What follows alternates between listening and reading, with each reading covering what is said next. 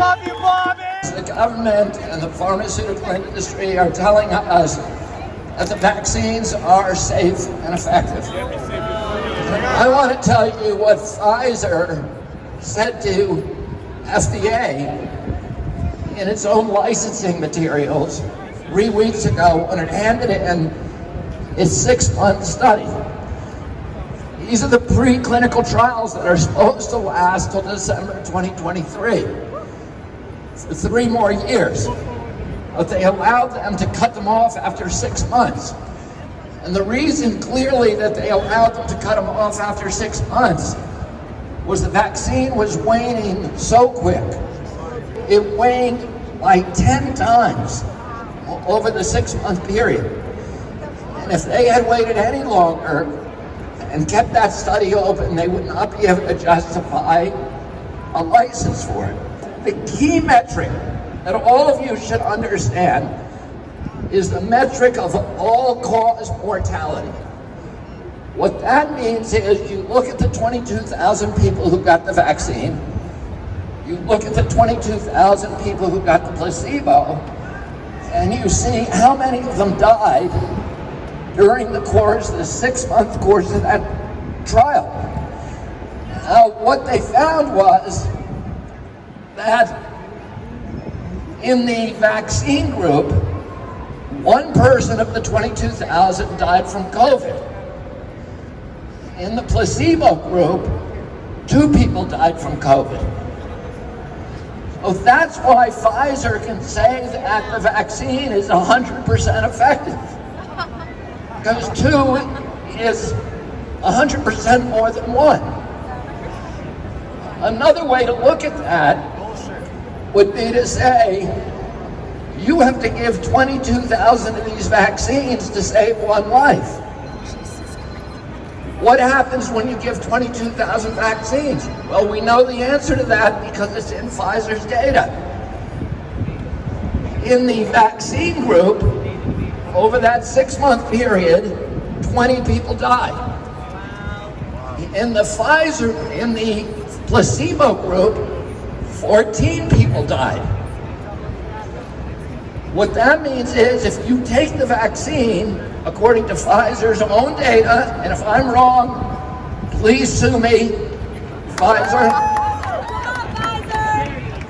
What it means is if you took the vaccine, you're 48% more likely to die over the next 6 months. How did the people die? Well, it saved 1 life from COVID, as I said.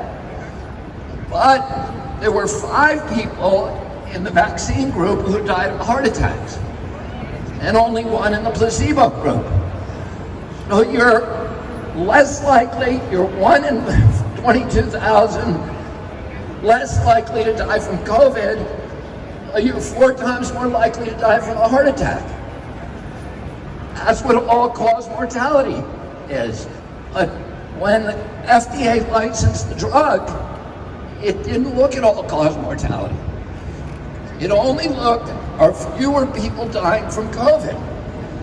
Now, what somebody could tell you is, well, we don't know that those people who died of heart attacks were actually killed by the vaccine.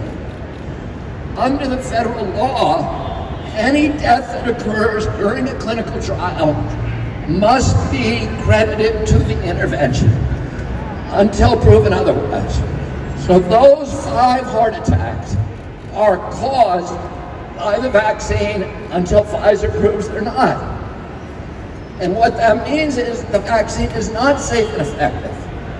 And it is 48% more likely to kill you than somebody who didn't take the vaccine.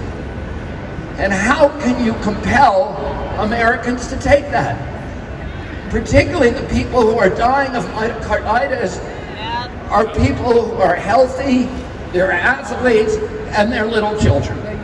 In what universe is it okay to say we are going to make these children die in order that older people can live, even if it were true? We have no business giving this to little children. If you can tell me one piece of misinformation that I put on Instagram, I'd like to hear about it. We have 312 PhD scientists and physicians.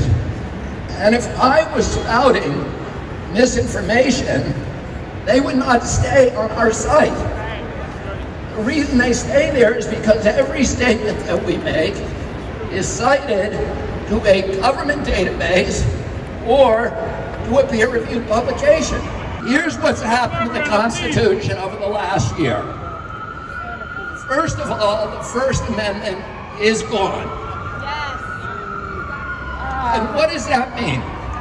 That you have Democrats out there who are saying, we got to get rid of the First Amendment, we got to get rid of freedom of speech.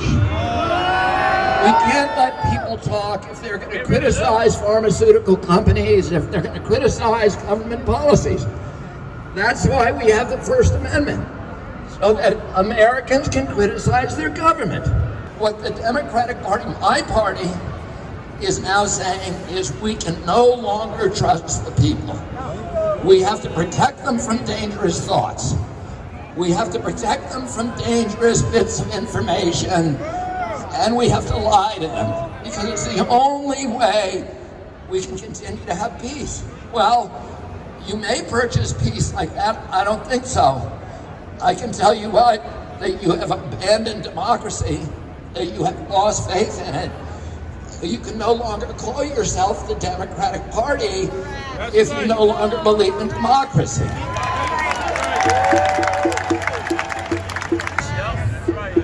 And what's the next thing they did? They got rid of freedom of religion, which is also in the First Amendment. They closed the churches in this country for a year with no public hearing, no ability for anybody to complain, no science behind it. They just said to all the churches, close down, and Tony Fauci kept the liquor stores open as essential businesses. And I don't mind they kept the liquor stores open, but there is nothing that I've been able to find in the Constitution about liquor stores. And there's a lot about churches. There was a smallpox pandemic during the Revolutionary War that brought the armies of New England to complete halt for 3 months. So Washington and all the framers knew about pandemics, but they decided not to put a pandemic exception into the United States Constitution. They just closed them down. 1 million businesses, 60% of black-owned businesses, many of them with 3 generations of hard work behind them and capital construction behind them, are closed forever.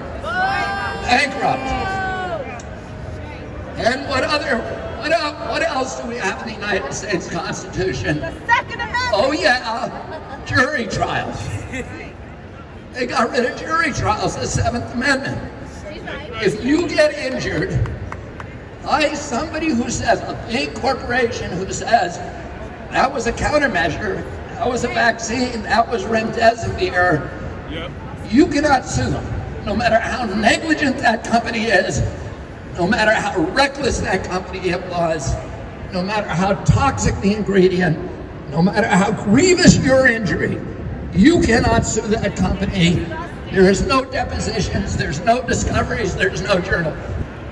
How can they just say, we're not going to allow jury trials when somebody cripples you for life? What about warrantless searches and seizures? We're guaranteed against that.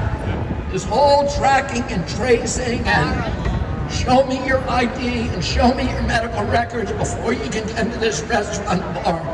That violates your rights. What about due process of law? If Congress wants to pass a law, all they have to do is vote on it. And there's no accountability. You can't vote them out of office. They're not subject to democracy. They're going to become these little tyrants. You need to file a notice in the newspaper of record and all the local newspapers of people who are going to be affected by that regulation. That's number one. You have to publish the exact words of the rule, and then you have to give people a 60-day comment period. And the government has to respond to every comment. So if you have let's say, a outdoor kayaking company, and the guy who owns that company says, I can't put masks on my customers because it's going to drown them, he needs to be heard, and he needs to be responded to. Then you have an environmental impact statement, a regulatory impact statement, an economic impact statement where the government agency explains all the science that it used to base that rule on. Did that ever happen with masking, with lockdowns, with social distancing? No. There was no science told to us. Nobody ever made a citation. Nobody ever said, here's why we think masking's going to work. No rule. And then the last part of rulemaking is there's a public hearing where Tony Fauci has to bring in all of his experts, and all of his reports, and all of his science, and we bring in ours, and we get to cross-examine his experts. They didn't want to do that because they couldn't find an expert who was brave enough to face that kind of cross-examination. So they just said, do what you're told and keep your mouth shut. Virtually everybody in this country, if they believed that the government was treating them fairly and had told them the reason to put on the mask, to do the social distancing, take the vaccine and show them the proof, gone through a process, virtually everybody would comply because that's our duty in a democracy. They didn't do any of those things. They just ordered us to behave, to be obedient, to comply. Everybody in this crowd has a feeling of discomfort about what is happening to them, about what happened to our country. And how did all these countries around the globe suddenly, in one lockstep move, pivot and end democracy, have this coup d'etat against democracy, and impose authoritarian controls all at once, all over the globe? How did that happen? Oh, if you read my book, you will find that out. But I'm going to give you a little spoiler. How many of you know what Event 201 is? Yeah! Well, Event 201 was a tabletop pandemic simulation that Bill Gates put on with the CIA. Avril Haines, the former deputy director of the CIA, was part of that at the Pierre Hotel in October of 2019. She is now the head of the National Security Agency, running the pandemic. So there was also social media titans there, and there was Bloomberg News, and the media was there, and they had all of the major power centers of our country that were participating in this. This is in October. September 12th, we now know that is probably when the virus escaped Wuhan. We know that from the intelligence reports, from the satellite views of the hospital parking lots, from internet chatter, from people purchasing PCR tests in Wuhan, and all these other, and people from the Wuhan lab going to the hospital with COVID-like symptoms. COVID is already circulating. And you have these people, led by Bill Gates, who are practicing a drill for what they're going to do when a pandemic comes. What pandemic are they preparing for? It's a coronavirus pandemic, coincidentally. And it's a coronavirus pandemic that escaped from a laboratory. And what are they practicing? Are they practicing how to get vitamin D to the American population? No. Are they practicing how do we get people to exercise, get them outside, get their bodies strong, build their immune systems? Are they saying we need to get people to lose weight and stop smoking, and how are we going to do that? Are they drilling how are we going to protect the Constitution during a pandemic? No, they're not. What they're practicing is how do we use a pandemic as an excuse to clamp down totalitarian controls and eliminate the Bill of Rights. And how do we militarize medicine and monetize it? How do we make money on a pandemic? Oh, that's what they're practicing. And the fourth simulation, what is that about? It is how do we get the social media and the mainstream media to stop people from talking when they start saying this could be a lab-generated virus. I'm not making this up. This is what they were practicing, and any of you can go on the internet, look up the fourth seminar of Agenda 21, which is the largest and the longest and the last one. And that's all they're talking about. How do we shut people up? They have that George Gao who is there. He's the head of the Chinese CDC. He's the one who was involved in the gain of function with Tony Fauci and Eric and Daisy. So, in writing my book, I looked at that, and then I started looking at the history of Fauci and Gates. And what I found was that I was not the only one of those pandemic simulations. I found 14 of them involving hundreds of thousands of people. In Canada, in Europe, and the United States, every one of them planned by the intelligence, the US and British intelligence agencies, most of them involving Gates and the Johns Hopkins Center. All of them, some of them involving their top secret, hundreds of thousands of frontline workers and hospital systems and police, intelligence agencies, the FBI and the CIA, and foreign intelligence agencies, hundreds of thousands of people practicing these simulations, and in every single one of them, they are not talking about how to heal people.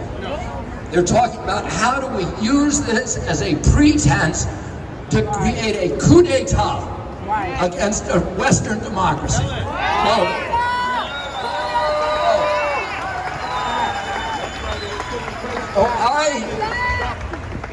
I've spent a lot of time researching the CIA because my own family had a 60-year fist fight with that agency. I've read books about it. I have their manuals. One of the manuals I had to get almost impossible. It cost $1,200. These manuals talk about how you go into indigenous countries and impose centralized control by a foreign government, by the CIA.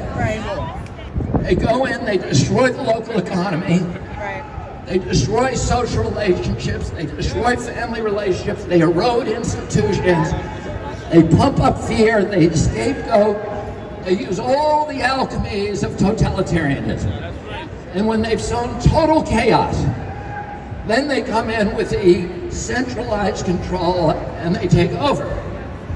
So the CIA for many, many years was doing research on how do you control individual behavior and how do you control mass behavior? How do you impose mass controls on a population?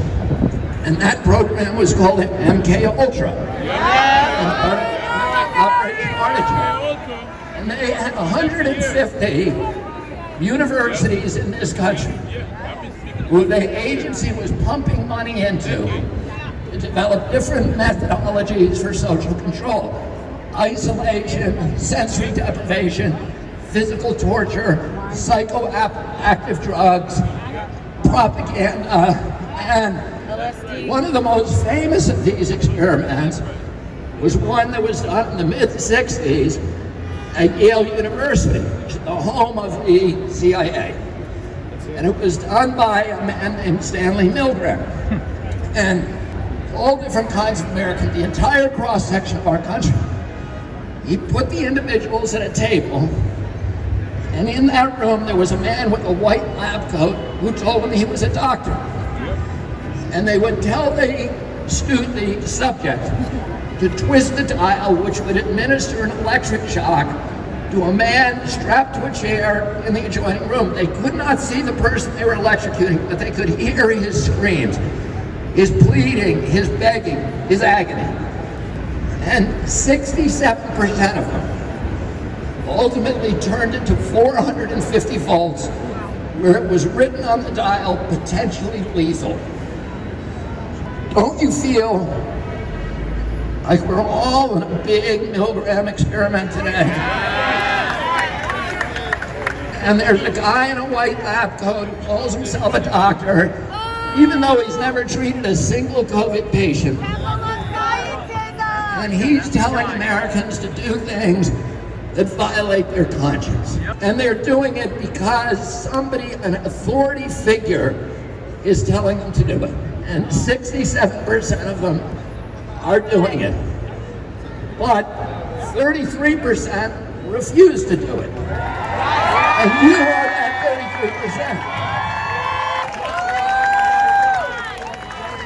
33%. You are the ones who are standing up for your values.